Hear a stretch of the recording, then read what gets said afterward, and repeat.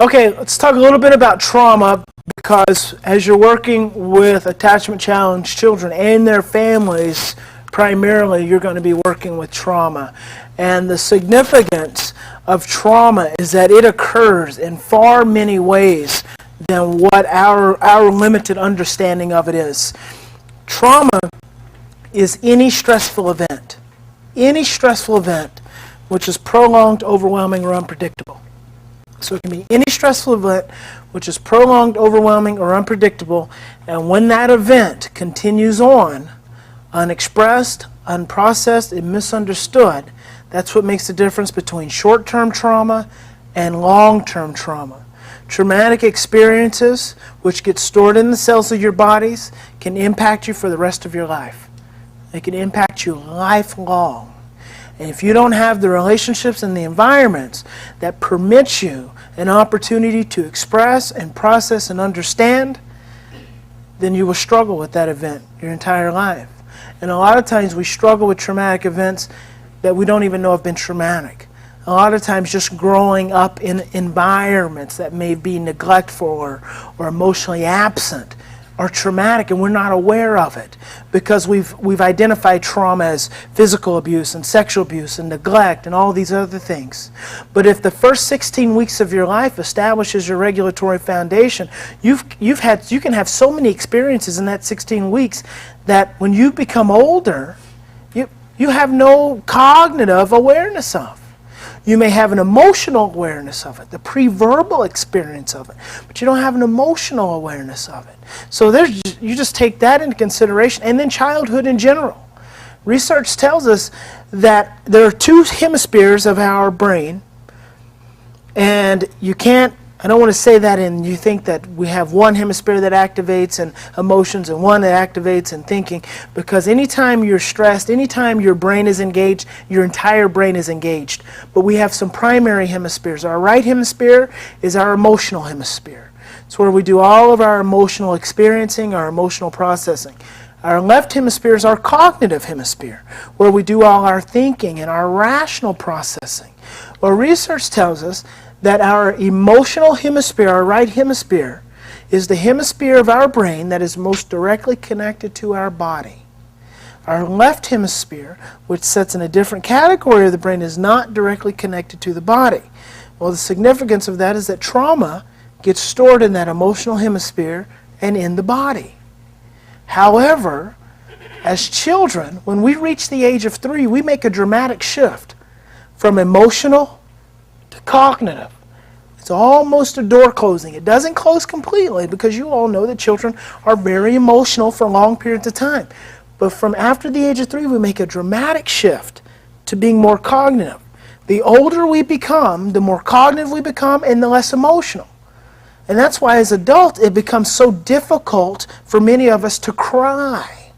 So difficult for many of us to express ourselves emotionally, because we've made such a dramatic shift and we've become so conditioned to operating from that cognitive place. Trauma, just like attachment, is a right hemisphere oriented situation. It's a right hemisphere oriented situation. Attachment is a right hemisphere oriented behavior experience. So when we go to create attachment with children, as adults, a lot of times we do it from a cognitive behavioral perspective, which is a left hemisphere perspective. So we try to create attachment by talking to children. We try to create attachment by sitting children up on behavior modification charts. We try to create attachment by giving children consequences. We try to create attachment by being in control as adults, to teach the children adults can be in control. We do all these things to create attachment in children from a left hemisphere perspective, and attachment is a right hemisphere perspective. Meaning attachment, right hemisphere, is nonverbal. It's nonverbal. It is generated and created through eye contact, through touch, through tone of voice, through gesture, through timing and intensity of responses. That's right hemisphere oriented relationship activity. That's how we create attachment. Not through all the other cognitive things. But trauma gets stored in that right hemisphere perspective of who we are. And so you have to engage trauma from a right hemisphere perspective. You have to engage it in an emotional way to then bring about the cognitive perspective. You cannot engage trauma, whether it's for children or whether it's from adults, you cannot engage it and sufficiently integrate it from a left hemisphere cognitive perspective because it sits in the right hemispheric portion of who we are. So trauma is any stressful event which is prolonged, overwhelming, and unpredictable. Now, in any situation, I'm using the example of a traditional family here. You have a father. Dad comes to a relationship, he comes into a family with his experiences and everything he's experienced. Everything Dad has experienced from the time he was conceived. From the time he was conceived, because we know as early as the 4th week after conception, the fetus is already beginning to process at an auditory level. As early as the 2nd trimester, the fetus is already processing psychologically. So from conception, everything Dad has experienced up to where he's at right now enters a relationship, enters a family. So Dad brings his own stuff. Dad's got his own portion of stuff that he brings into a relationship. And then you've got Mom. Mom, same way. Mom's got all of her stuff. So Mom's got everything about who she is. She brings that into a relationship. And then you got the child. And the child brings their stuff. Children with attachment issues can be foster children. They can be adopted children. They can be biological children. It doesn't matter. It doesn't matter where they come from. It doesn't matter their origins. But a child brings to the table all of their issues. And what we have to understand is that when we engage into a relationship, you bring Dad together, you bring Mom together. That interaction between the two of them is going to trigger those past issues that they've experienced. It's going to trigger those past issues that they've experienced to some degree. So when Mom and Dad are in that relationship, just with the two of them, they got to deal with some of their stuff. Okay, some of their stuff that they've experienced is going to be brought up. So there's that level of experience. And what's important about this is that a lot of times, the traumas that we have experienced, the traumas specifically that attachment challenged children have experienced, are relational in nature. They are relational traumas. And it's very important because a relational trauma is a trauma that occurs, a stressful event and experience that occurs in relationship with other people. A lot of those traumas happen between the child and the father, the child and the mother, the child with a caregiver. So it becomes relational. So the lens through which the child sees the world, the relationships become skewed. They become more fearful. So a child engages in relationships from a more fearful perspective. An adult can engage in relationships from a more fearful perspective when they've experienced relational trauma. And some of that trauma, like I said, it can occur in utero. And I've worked with clients who have literally experienced trauma and stress in the womb. In the womb, adult clients. Trauma and stress in the womb. There's a whole psychology around that called pre- and perinatal psychology that deals just with that. Just with that. Typically, Dad and Mom get into a relationship and their issues are challenged to some degree. But their core relational issues are only challenged to a level because they're in an adult-adult relationship. And generally in an adult-adult relationship, we're not brought all the way back to our childhood stuff. We're dealing with more of our adolescent stuff. We're dealing with more of our adult struggles. Now sometimes we can. There's research that says in times of stress, some adults will regress to the stage of infancy. So sometimes we can, but a lot of times we act very adolescent. So we're dealing with a little older stuff. So you got Mom and Dad that come into a relationship and they're dealing with their issues. But then you have a child who comes into the relationship. A child who comes into a relationship with all their trauma. And then guess what gets triggered for Mom and Dad? All their child stuff. All their child stuff starts to come up, which is very unconscious because Mom and Dad are 30, 40, 50 years old. They haven't thought about their traumas in years and years and years and years and years. They haven't thought about the fact that they had heard their parents at one point in time say that they weren't wanted. They hadn't thought about the fact that they had heard their parents say, well, they wanted a boy and they got a girl. They hadn't thought about that in years and years and years, and still aren't thinking about it on a conscious level. But all of a sudden, this child has entered the picture who creates this new level of stress, and then mom and dad's childhood stressors start to get triggered. Their childhood traumas start to get triggered. Their experiences start to get triggered. And all of that starts to engage together. And what happens is a secret dance of stress. It's how stress pulls all of us in and stirs all of us deeply at a cellular level and creates attachment challenges for all of us. If you have a child in a family who's labeled attachment disordered or oppositional defiant disordered or ADHD or bipolar or PTSD, you have a family that is also suffering high levels of stress. Okay? And that family could be clean. There is no clean family. But that family could be clean, and that child comes into the home, and that family will experience extraordinarily high levels of stress. And if all you do is try to straighten up that child, you are denying the experiences that mom and dad both bring into the table. And if all you're doing is focusing on that child, what you're doing is you're making that child responsible for all of mom and dad's stuff. All of that stuff mom and dad bring to the table, you just made that child responsible for all those issues. Because it goes back to that disempowerment. It goes back to that scapegoating. There's usually always an identified patient. And that child comes in and you say, well, let me work with this child. You just scapegoated that child just like everyone else does. You just disempowered that family to believe that you know more about that child than they do. And that's not the truth. Moms and dads know more about themselves and their children than any of us will ever know. And if we take that away from them, then we're losing great insight into their process. Great insight.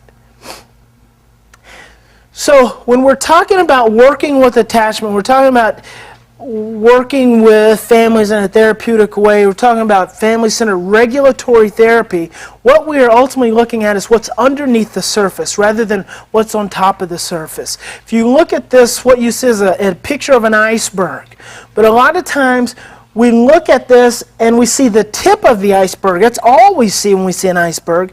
And we say, well, that's an iceberg. Well, the reality is that that is not an iceberg. That's the tip of the iceberg. And there's a really significant reason why we have to see that that's the tip of the iceberg. Is because 90% of the rest of that iceberg is not visible. 90% of that iceberg is below the surface. When we're dealing with stress and trauma and attachment and regulation, we're ultimately going to be dealing with what's under the surface rather than what's on top of the surface, which are the lying, the stealing, the oppositional defiance, the acting out, the addictions. All those things are the tip of the iceberg. We want to be working with what's underneath the iceberg, which is where the emotions, the fears, the stress, the trauma is going to be.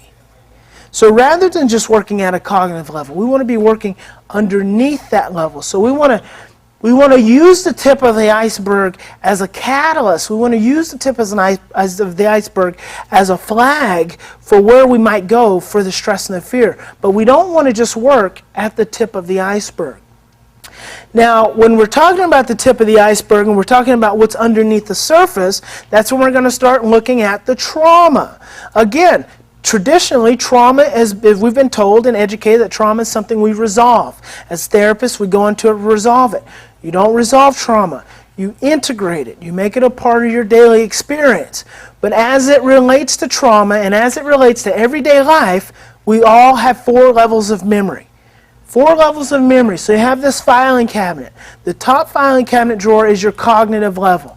Your cognitive level is where your facts are stored, your data, your day-to-day information, your directions. It's all very cognitive, your names, your dates, your birth dates. It's all very accessible. It's easily accessible. It's very organized. So when you open that filing cabinet, that drawer, it's very organized. You know, someone would think that you're pretty anal retentive. It's so organized. You can close that cognitive drawer, and underneath that cognitive drawer is the emotional.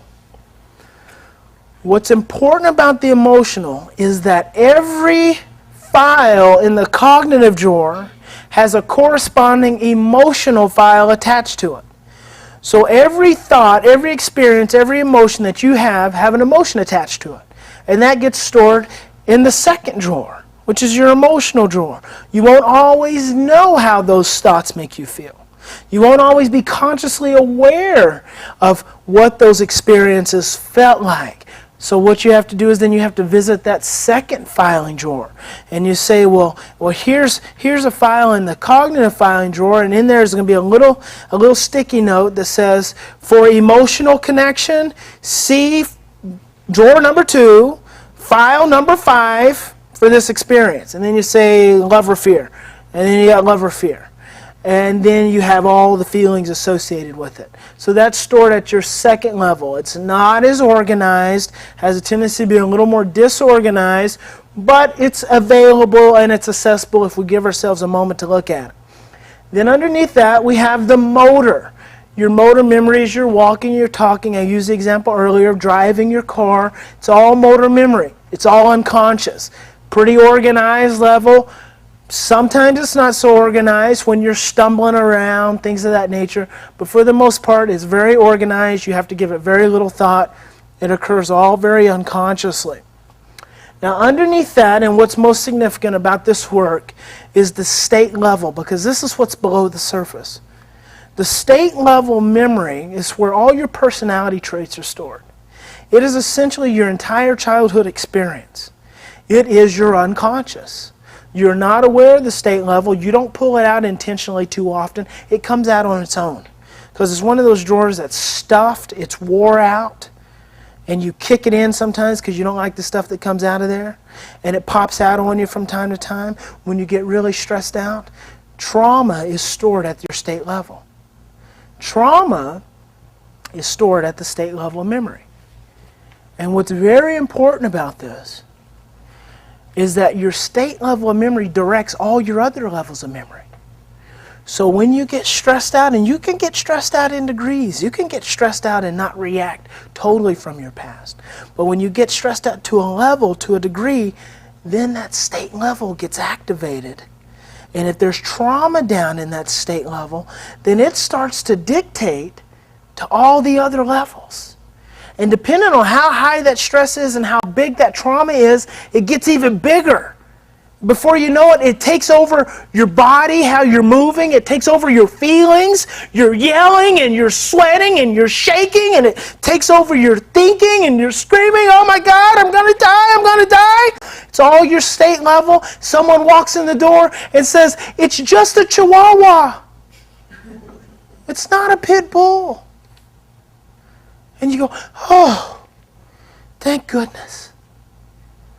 Or just like this morning, I walked down to the garage, flipped on the light, I was looking for something, and something jumped on the ground. God, what is that?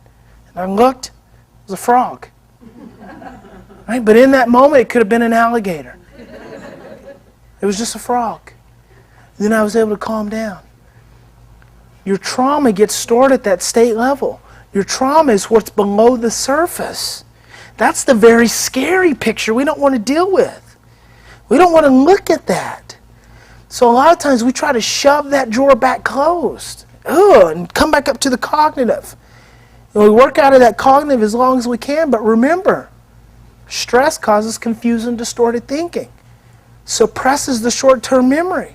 So when that state level gets triggered, you stop thinking clearly. All of a sudden, everyone becomes a threat. All of a sudden, you're getting really scared or really angry. But that's where we want to work if we want to work with attachment. We want to work at that state level. We want to work at that trauma, but we have to understand that all of us have these levels. It's not just children. All of us have these levels. All of us experience and store these experiences at this level. So we all struggle at this level. Emotional reactivity is driven from past experience. Attempting to avoid an old feeling, we strike out, we run, we yell, or we cry. All attempts to avoid our true experience. So oftentimes we don't want to sit with what doesn't feel good. We don't want to sit with old experiences. We don't want to sit with negative experiences.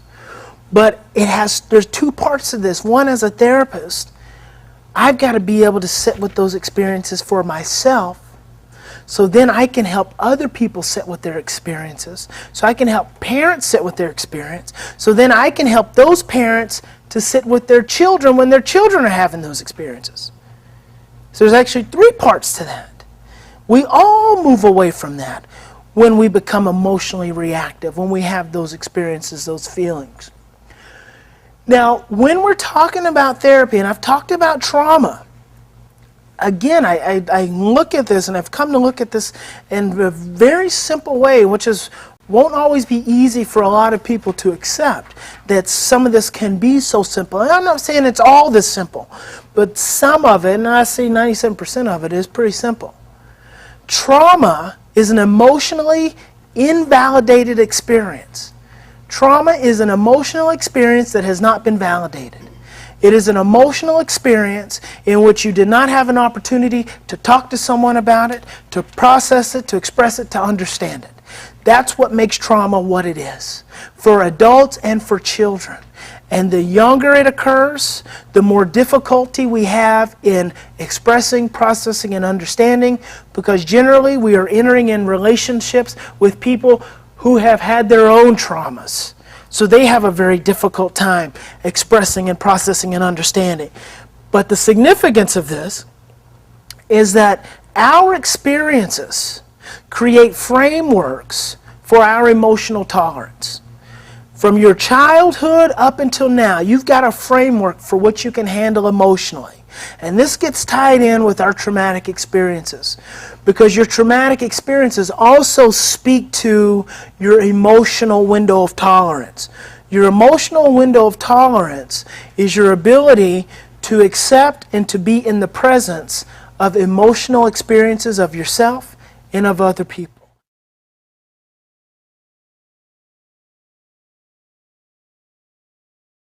If you take two chairs, essentially, this,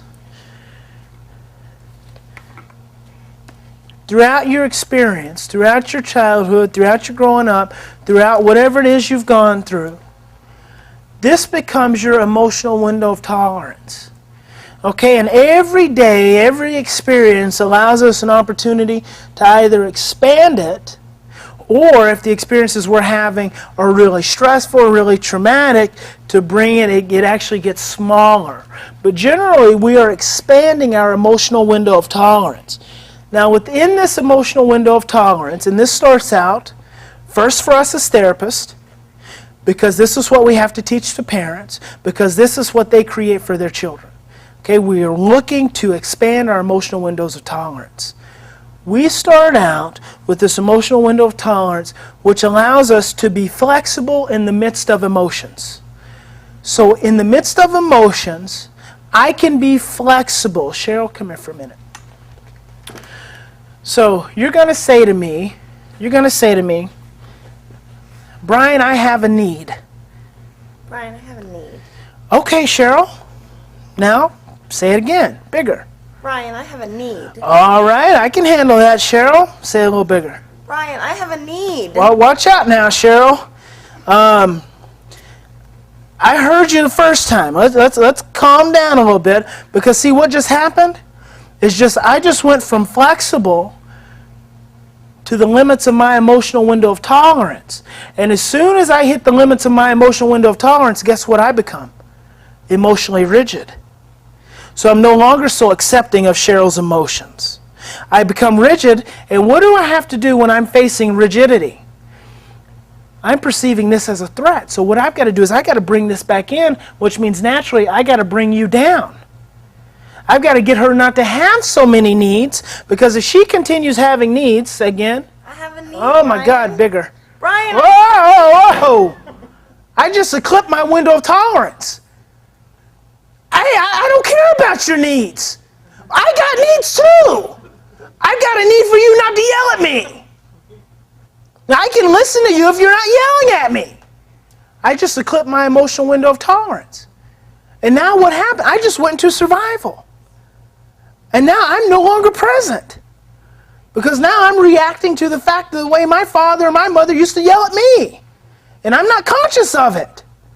So I'm yelling back at you. So I'm not here anymore. And that's my emotional window of tolerance. Now what I've got to be able to do, both as therapists, because therapists have emotional window of tolerance too. Their patient comes in and says, I have a need. Okay, let's talk about it. Let's process. Yep. How's that make you feel? Makes me feel really scared. Okay, well, good. Keep telling. Makes me really scared. Well, let's calm down a little bit now. Because if you get too worked up, now we can't talk clearly.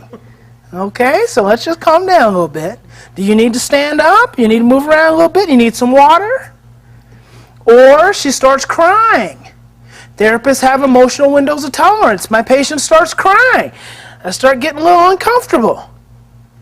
She's boo-hooing, and I hand her some Kleenex. Why don't you go ahead and wipe that? As soon as I give her that to wipe, I just created a dynamic to where she's no longer emotional, but she becomes more cognitive. If she starts crying and I say, well, Cheryl, tell me how you're feeling right now. Sad? What are you sad about? Life. What about life? It's horrible. Where's she at? She's cognitive. So I take her from crying to all of a sudden cognitive, which means she's no longer emotional. Very important. Because a lot of times as therapists we say, well, it's about Cheryl. She won't go any deeper. Cheryl will really tell me about it. Well, Cheryl won't go any deeper. Cheryl won't be emotional. No, big mistake. It's about us as therapists. It's about us hitting the limits of our window of tolerance. Thank you, Cheryl. It's about us hitting the limits of our windows of tolerance. And what we have to do is we have to look at these windows of tolerance so we can become aware of the painful experiences in our life, have them, honor them, become more aware of them, more understanding of them, so we can see how they play out in relationships with our clients, with our spouses, with our own children as therapists, so we can work to expand our emotional windows of tolerance. And as we can work to expand our emotional windows of tolerance as therapists, then what? We become more flexible. We become more flexible. But this is very hard to do because therapists don't like to acknowledge and admit that they have trauma too. That they've experienced painful things too. That they've went through difficult times. Why? Because they're the therapist. They're not supposed to have issues. They're supposed to have it all together, because if I don't have it all together, how can I help someone else get it all together? Well, it's not your job to help someone get it together. It's your job to create a supportive, understanding, aware relationship and environment so they can get it together for themselves. Now, if you're falling apart, they're not going to come see you anyway. So you don't have to worry about that. But we've got to honor our emotional windows of tolerance. First as therapists, so we can then create the environment for our patients to expand their emotional window of tolerance.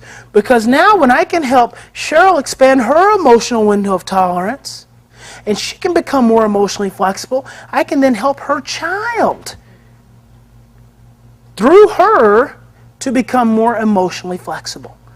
I can support Cheryl as she sits with her child who is crying, or as she sits with her child who's yelling and is angry.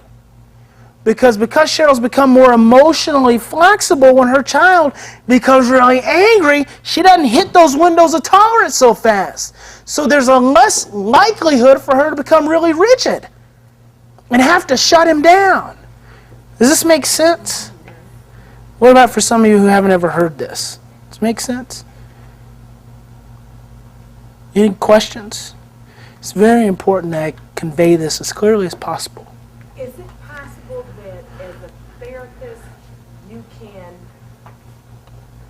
be more flexible, but perhaps in your quote-unquote personal relationship you're not as flexible as you are with your clients? So the question was, as a therapist, is it possible that you can be more flexible in your therapeutic relationships than you are in your personal relationships. In my opinion of that, which is only an opinion, it's only worth the air you get it on, is that no. We may look more flexible on the surface, but internally we have the same rigid states as we would in our personal relationships, except in our personal relationships we're more likely to do this and say, well, you need to be ashamed of yourself. In our professional relationships we're less likely because we've been told you have to separate the professional from the personal. Right? So when you enter the office and sit in the therapist chair, you are no longer a wife, a parent, a mother, whatever, a daughter. You're now the therapist. Well, that's malarkey. Because you can't separate your physiology. You can't come to the door and say, okay,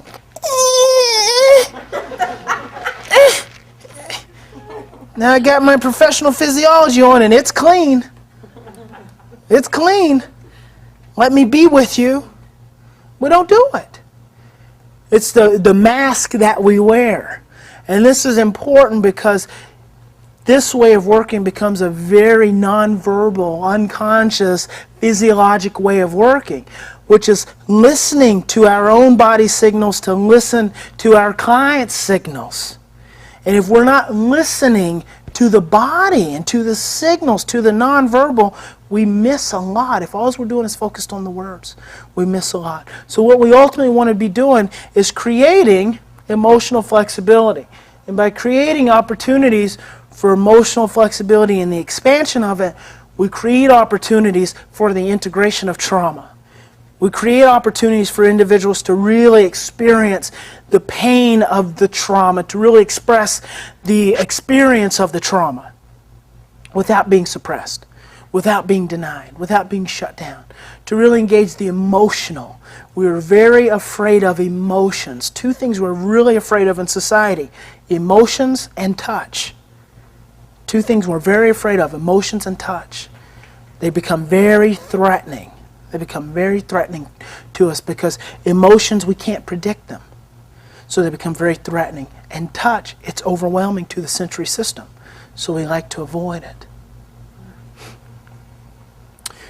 So, talking about working with attachment challenged children, the 3-tier therapeutic relationship.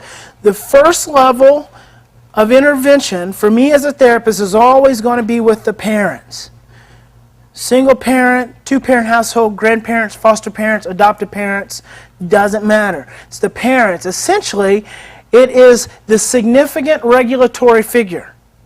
So the significant regulatory figure is where I'm going to start. If I go into a school to consult, the significant regulatory figure is the teacher.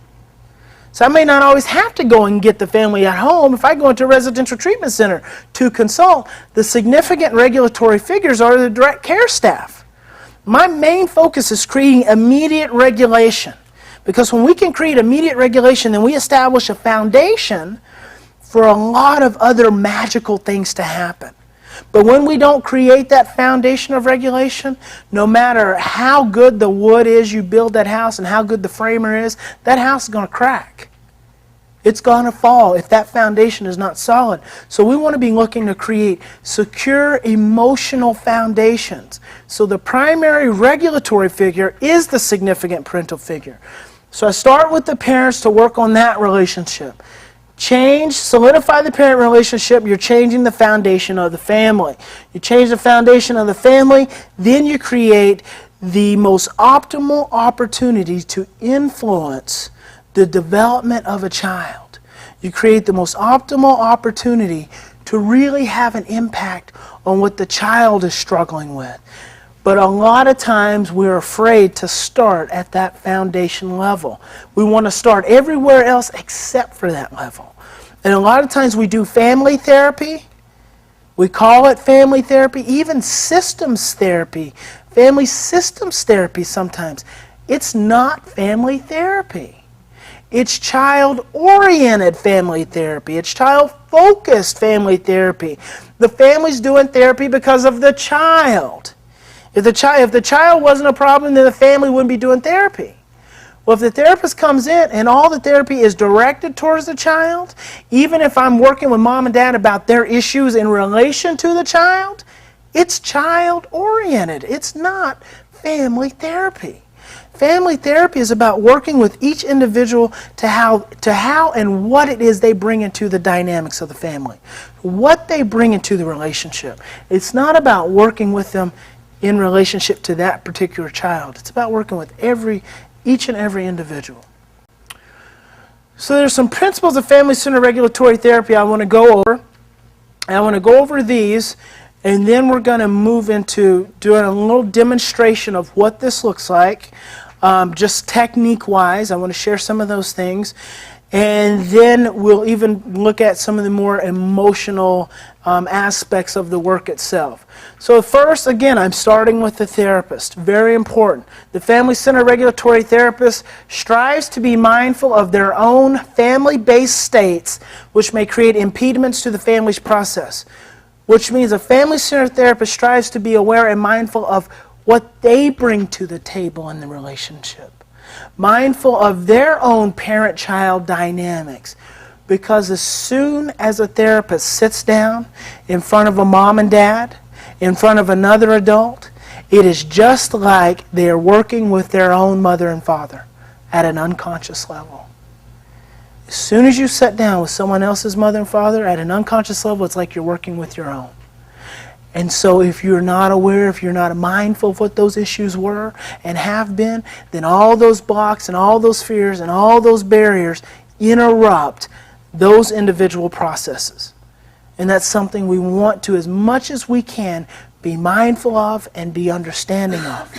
And that's also one of the reasons why there's been this big movement over the years, over the generations, over the decades, to doing just child therapy. In my opinion, it's because we're afraid of working with parents.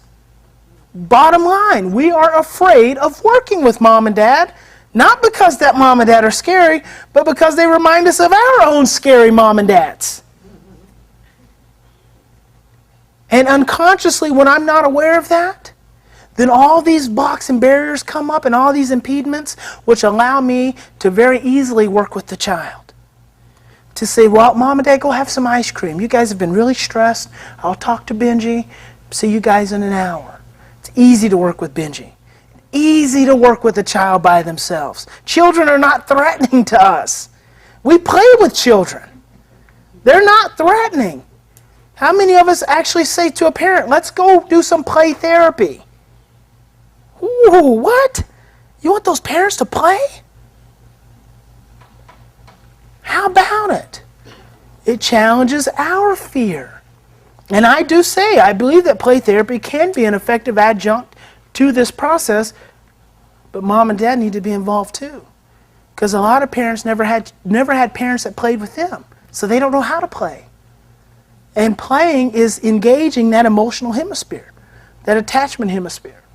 The therapist state creates the foundation for trust and emotional security. So what the therapist brings to the table, brings to the chair, brings to the office, creates the foundation. And when I say what the therapist brings, is what the therapist brings in their own history. What they bring in their own history, their own physiologic makeup, is what establishes the foundation for trust and emotional security in the relationship. And so many times, another therapeutic misconception is that you have to give your clients time to build trust and time to build rapport, so you got to do 10, 20 sessions. And that's a misconception. All that time is not about your patient. It's about you. It's about us as the therapist giving ourselves an opportunity to feel safe. But we project that onto our clients and to our patients and say they need the time. It's not that they need the time. We need the time also. As soon as you as a therapist feels really secure, as soon as you really trust what you're bringing into the relationship, then you can help your client go so much faster and so much deeper, so much bigger, so much sooner. But otherwise, you have to wait and wait and wait and wait. And what happens a lot of times? You spend so much time building rapport and building trust, then you become afraid to take them any deeper. it comes back to our fears therapists, what we bring to the table. The family-centered therapist serves as guide, support, and secure base and advocate. John Bowlby, who is the father of attachment, says for the individual who never had it, the therapist has to be the secure base. The therapist has to be the regulatory foundation that allows that patient to come back and find regulation when they don't have it. They've got to have an anchor from which they can grow and which they can move from. So they become the secure base. But again, if the therapist is insecure and dysregulated, it becomes a very insecure base. The base becomes very much like the ones they grew up in their family for the patient. Another principle is that families are innately equipped to create and perform their own healing rituals. Acknowledging that families are equipped. They do have the ability to create healing for themselves. We don't have to be the catalyst to change.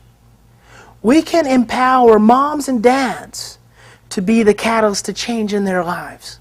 But when we stand in between that mom and that dad and that child, then we're becoming the catalyst. Rather than allowing mom and dad to be the catalyst, which is where true healing is going to come. Because in the course of a week, you may spend 2 hours with that family. There's another 166 hours in which their physiology is engaging one another. You don't match that family's physiology. So you have to support it and you have to encourage it to shift and move differently, dynamically, to engage and to respond differently. But that's by helping them to become the catalyst as opposed to you as the therapist. Examining and encountering fear-based emotional states is both necessary and preferable. As a therapist, operating from a family-centered perspective, operating from a perspective towards creating attachment and integrating trauma, it is actually your emotional experience that I want to work with. If all I'm doing is talking to you and all you're doing is talking to me, we're not getting anywhere. So I actually want to engage your emotions and your fear. That is where I want to be in the therapeutic process. That is where I want to support you to be in the therapeutic process.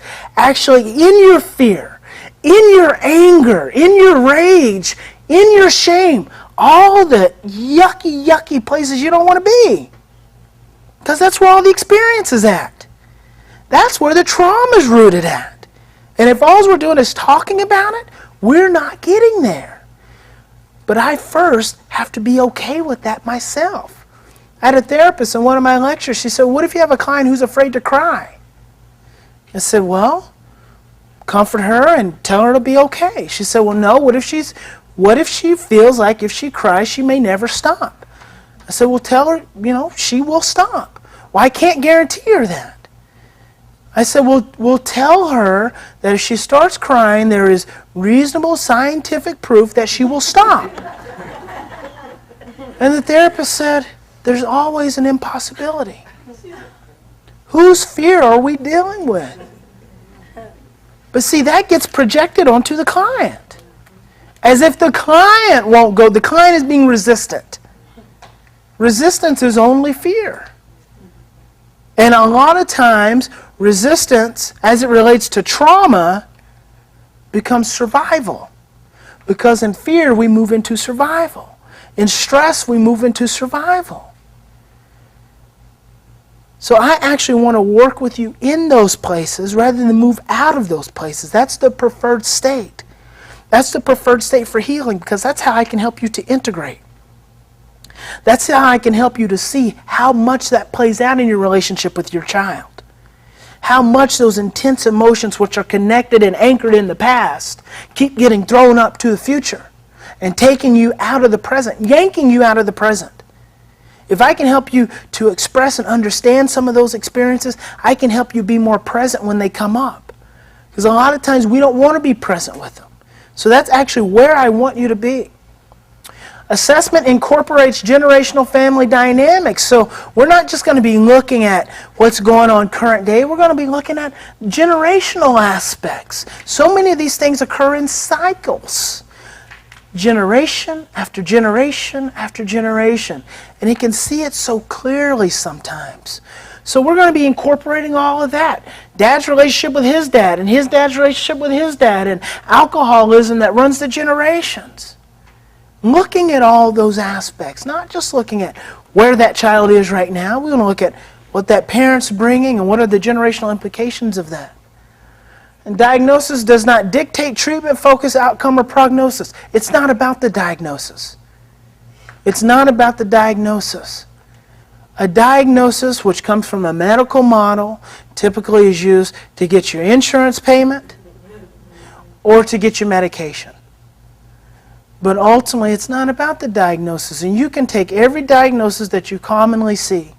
You can list them out, and then what you do is you take every treatment that is typically used for that diagnosis. And what you will find is that all those treatments, even though all those diagnoses have changed, all those treatments are cognitive behavioral.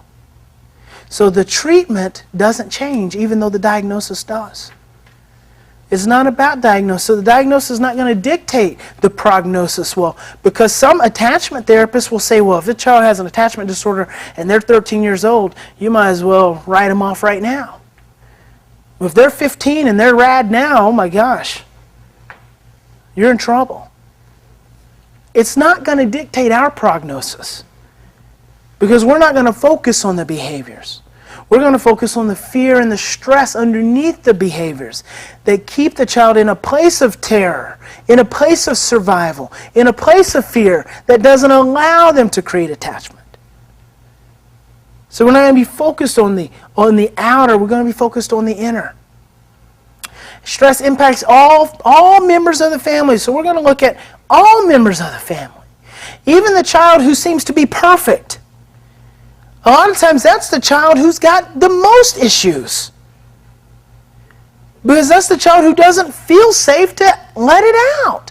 The one who's acting out all the place, you can be safe about that one. That one's going to be okay.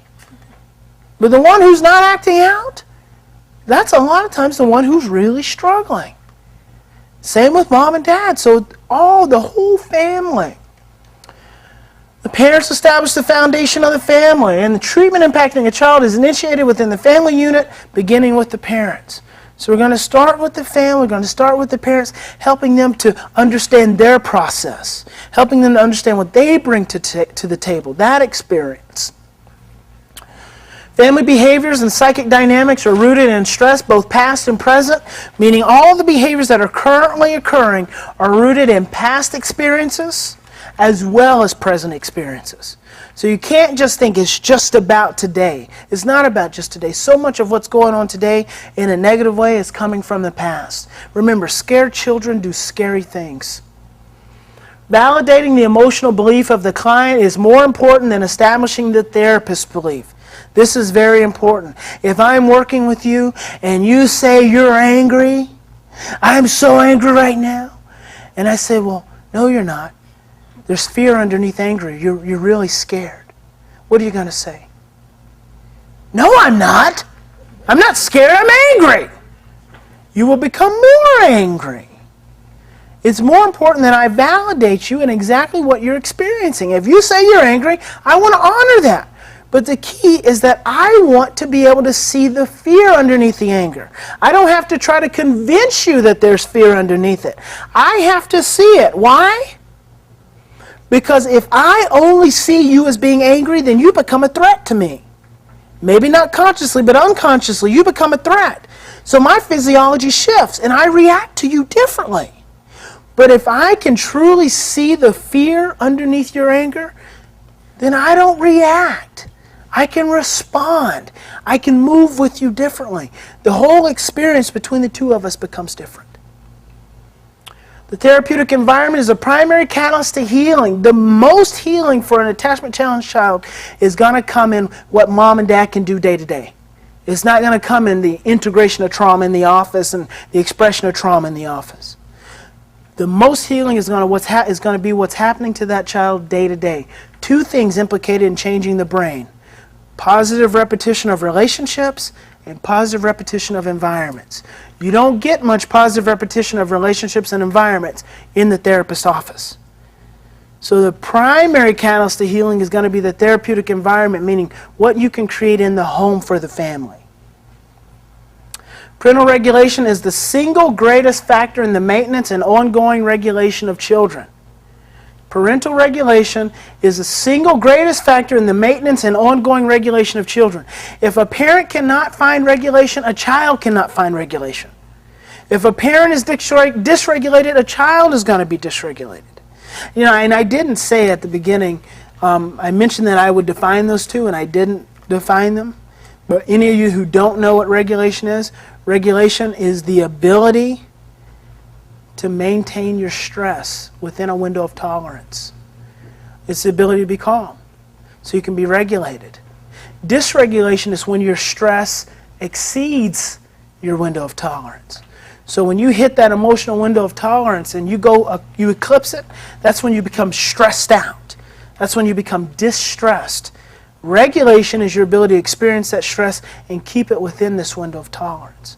So a child can only be as regulated as a parent. Can only be as regulated as a parent. And a child can only be as emotional as a parent. Can only be as emotional. And a lot of times we take children, especially attachment challenged children who have a tendency to be very loud and belligerent and emotional, and then we work with parents who are not that way at all, and we go, oh my gosh, that child is really out there. But what we don't see is when that parent gets stressed out at home, just how belligerent they can become. And sometimes you get a glimpse of it. Sometimes you get a glimpse right in the midst of stress where mom or dad, they kind of lose their mind for a moment and become really belligerent. Then you can see the intensity of where that child's coming from. But a child can't be any more emotional than a parent, than an adult. So, yes, Cheryl. When you say they can only be as emotional as a parent, are you talking about their caregiver or their parent? The significant when I say that a child can only, that's the question. When I say that a child can only be as emotional as a parent, Cheryl asked, is it the caregiver or the parent? And I'm going to say whoever the significant regulatory figure is. So it could be an adoptive child, which would be their adoptive parents. So it's not a biological thing. Doesn't have to be biological. Yes. The primary motive of healing is reflected in the ups and downs of behavior change, but not determined by it. Healing does not become dependent on behavior change. Healing is not dependent on behavior change. Healing is reflective of the ups and downs of behavior. Healing is focused on the ups and downs. Healing is actually focused on the failures. Healing is focused on when you mess up, because that's when you can look at it and grow and do differently next time. But if all you're focused on is change, then when you mess up, you turn around, you become very judgmental, very blaming of yourself, very shaming of yourself. And then you get stuck. But healing says you're supposed to mess up because you've been doing this all this time. What makes you think you're going to all of a sudden stop doing it? So until you become more aware of it and more understanding of it, you're going to keep doing the same things. And the same is with children. A child who's experienced trauma for 7 years of their life and they get adopted, they're going to keep acting out their trauma because that's what they've been doing for 7 years. Healing's not going to be dependent on me doing some therapy with this child and all of a sudden this child not acting out the trauma anymore. Healing's going to be dependent on the understanding and the education I can create around this child and their trauma, so when they mess up, we understand it's coming from trauma and it's not about us. Then we create a different environment.